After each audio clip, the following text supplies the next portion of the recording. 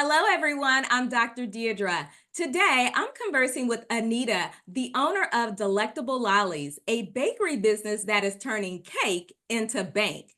Here's a fact. According to Grandview Research, the global bakery market is expected to reach $487.9 billion by 2025. This growth is driven by the increasing demand for delicious artisanal baked goods and innovative dessert creations. Welcome, Anita. Thank you. Glad to be here. All right. So, Anita, can you share a bit about your background and what inspired you to start Delectable Lollies? Well, actually, I was working two jobs at the time, and my father-in-law was living with us, and he ended up passing away. I'm So sorry. I knew right then I couldn't work the second job. I had to find something else to do in the home. And luckily, my cousin in Philly was doing treats. So I reached out to her and she gave me some tips, and that's how I got started back in 2014. Oh, wow. Now, what was your first dessert that you ever made and how did it turn out? My first dessert was cake pops. Okay. They were okay, but just getting that round ball, I had to work with that a little bit. It was a little lumpy, the chocolate wasn't smooth, but I just kept working at it. I bet it was delicious nonetheless. So, how has your family influenced your passion for baking and decorating? Oh, they definitely back me in everything I do. I have three kids, two of them are grown with their own families, and then I have a 16-year-old here. So, he basically helps me. The grandkids help me. So everybody is jumping in. That's excellent. And I bet they love to be the tasters as well. Absolutely. Okay. Now, do you have any family recipes or traditions that you incorporate into your desserts? Sometimes around the holidays, everybody loves the red velvet. Oh, So yes. that's the holiday cake, the red velvet. And that's my favorite as well. Okay. So, what are some of the challenges you face when starting Delectable Lollies and how did you overcome them? Basically, I did not know what I was doing. I knew it had to be a cottage law bakery. Okay. So there's certain things that you cannot make baking from home. Oh, So it took me a while to kind of learn the ins and out, what I could do, what I shouldn't do. And most of the things that you can't do at home is things that are perishable. Anything with like milk, stuff like that. You can't bake from home. oh, that's excellent information. Okay. So, what was the moment though that you realized that your business was a success? I think I realized it when I kept getting repeat customers every year. Okay. I'm like, okay, I must be doing something right. And it wasn't that many people baking really like that at the time, like it is now. So it's like everybody's doing it now. Okay. Well, I can tell you that your goods, they stand apart. Okay. So Oh, now thank let me you. ask you, how do you manage customer expectations and ensure that you get exactly what they want in their orders? Well, I know a lot of people will contact me and they'll say, hey, can you do this? And I always let them know I cannot do it exactly like the picture. I put my own twist to it. Okay. If they wanted exactly like the picture, they would need to contact that bakery or whoever made it. But yeah, I just always come up with, based on whatever they tell me, the details, the decorations they want on it, and I just come up with an idea. And I think most of my clients, what they like is when I start processing their orders, I send them a little picture to let them see, the direction I'm going in. And they really like that because sometimes when I forget to send it, they're like, hey, do you have a picture? So yeah. Okay. Now, have you ever had a particular memorable moment where a customer's request did not go as planned, and how did you handle it? Yes, I have. When I was first starting out, just trying to do cakes and not realizing there's a whole bunch of different buttercream out there. I did take a few classes and I learned from that too. Everybody loves the Publix cake and the Publix buttercream. But I did attend a class down in St. Pete on 4th Street, and I learned a lot about the different buttercreams that they have to offer. And so I just kind of started making it my own. And because the first cake I did make it pretty much was all butter, and in the heat, it melts. So I had to learn different techniques now where if you're in the summer months, anything over 90 degrees, you have to use a high ratio shortening. Oh, okay. And that way it'll hold up in the heat.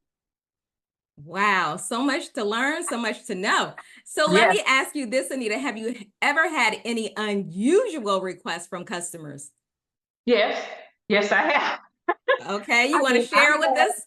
yes, I've had customers contact me and want marijuana cakes, stuff like that. And my husband is like, no, we don't do that type of stuff. You know, we have a integrity to uphold. So no, that's not us. All right. That's where you draw the line, and I do Gotta draw the line. understand. So, Anita, can you walk us through your creative process when you're designing a new cake or dessert?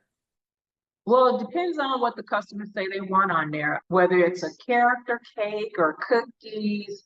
I go and try to research the best images because all images you can't use. So I try to search for like a 1000 by 1000 ping, image because some images are blurry. So you have to get the most crisp image for your desserts in order for them to work. And it just depends on what they're asking for. Like my sister retired this past weekend and I did a retirement setup for her. So her colors were blue and gold. So I knew she's very particular. So I knew I did the red velvet treat cups. I did blue velvet treat cups. For her, I did the cream cheese cups. And I put like gold fans on the top with the blue flower. So you can really get into some deep detail with these treats. Well, I can tell you, I saw her retirement set up Oh, you on did? social media and it blew me away, like Yes, outstanding. Yeah. yes.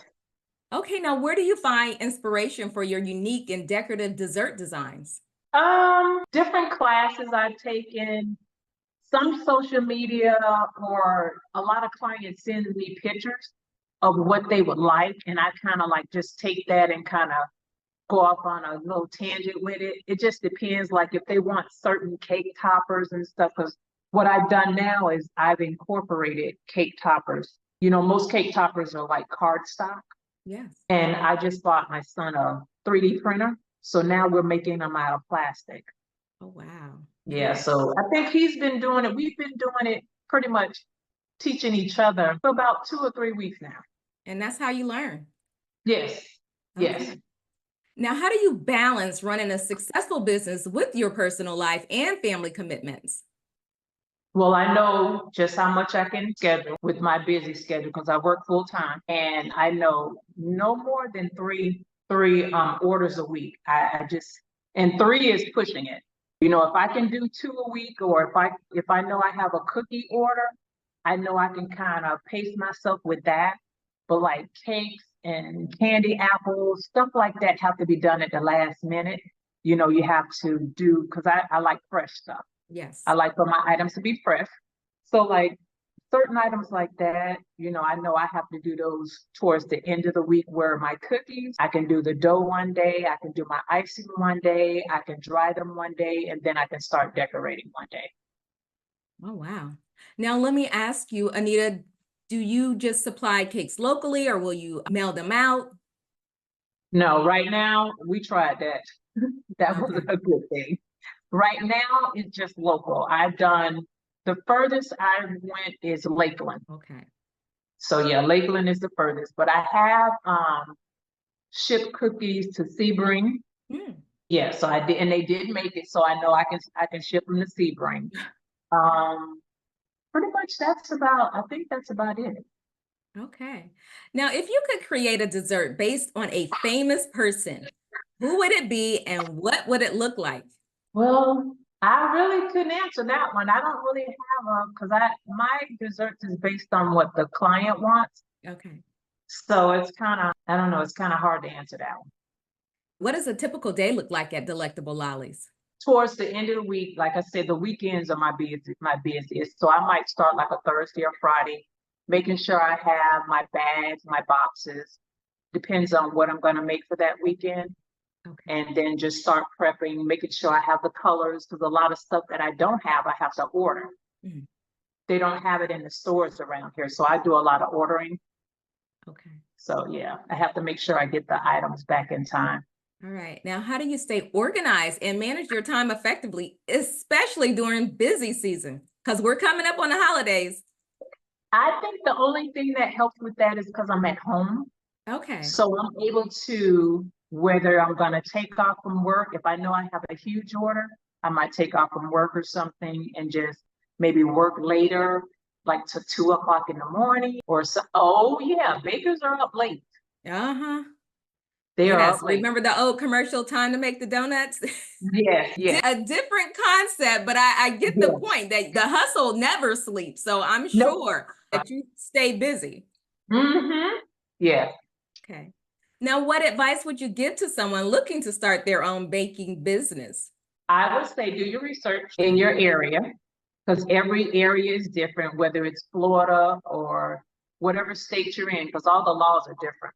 Mm. Find out what it takes to be a cottage law baker and make sure you just follow the rules, because I know a lot of people that are doing at home baking and they're not following the rules. And it just takes that one item for them to sell and they sell it to the wrong person. Just always have your business on the up and up.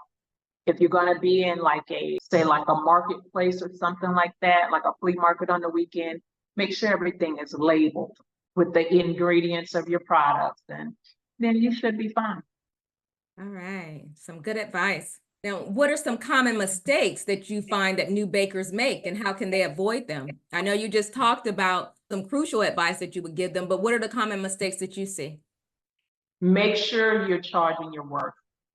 Okay. Don't don't look at, oh well, she's charging this and I'm gonna charge this. No, charge your worth because it's a lot of work. It's a lot of detail. Yes, I can tell. I can tell. Now, Mhm. if you could collaborate with any chef or baker, who would it be and why? I would say Jerome Jones in Orlando or Marcia. His cakes are phenomenal. He gives you the tips and stuff. He can teach anybody, seriously. And I Okay. have taken one of his classes, but just his designs are like, wow, they're like breathtaking. And the Well, and so Marcia, are yours. man, and people tell me I'm so hard on myself, and maybe I am. I don't feel like I'm there yet. That's why I keep working. Yeah, well, sometimes we are our worst critic, but I can tell you just from what I've seen, just some phenomenal work. So you can tell your heart and passion is really into baking. Well, thank you. Yes. So what are the future goals for Delectable Lollies? Well, my future goals, I'm hoping to maybe open a storefront one day. Okay. Um, but with the way the economy is, and we're still dealing with the COVID, I said I probably need to stay home, just a little longer just to kind of feel how everything is gonna go. Delectable lollies, people are gonna start noticing I'm transitioning delectable lollies into what it should have been in the beginning. It was supposed to be just desserts on a stick, and it kind of like I kind of like grew outside of that. So I have created another name. It's not, it's out there, but not really out there yet because I'm waiting to get my website and everything set up. And then I'll transition everything to, it's called Nana Sippin' Sweets. Oh, okay. Can you repeat Yeah. that again? I want everyone to hear it. It's called Nana Sip and Sweets. Nana Sippin' Sweets. Okay. We'll be Yep. looking forward to that website. Yes. So I'm going to be transitioning that. And what I think I'll do is I'll let my son continue to use the delectable lollies, Mhm. use more of the tricks on a stick, and also where he can also list his 3D projects, like the cake toppers and, stuff like that. I have to say, I love how your business incorporates your family members. Yes.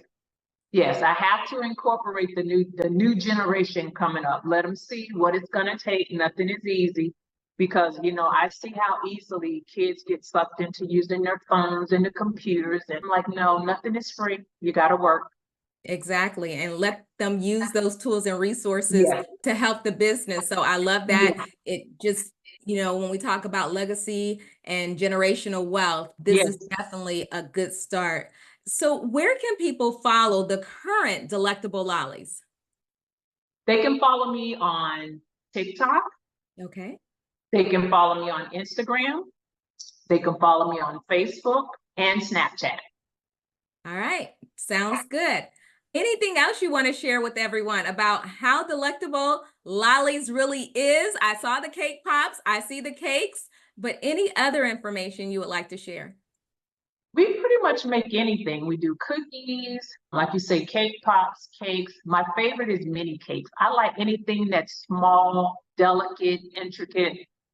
I like any type of medium, different mediums, whether it's double lace. I've made chocolate flowers, just anything that's different. That's where I try to design my treats. And I love it. Well, I want to say thank you so much. I'm looking forward to continuously seeing your delectable desserts out on the Thank you. internet. So I would tell anyone that if you're looking for a beautiful design cake where someone is passionate about it and takes their time, please reach out to Anita.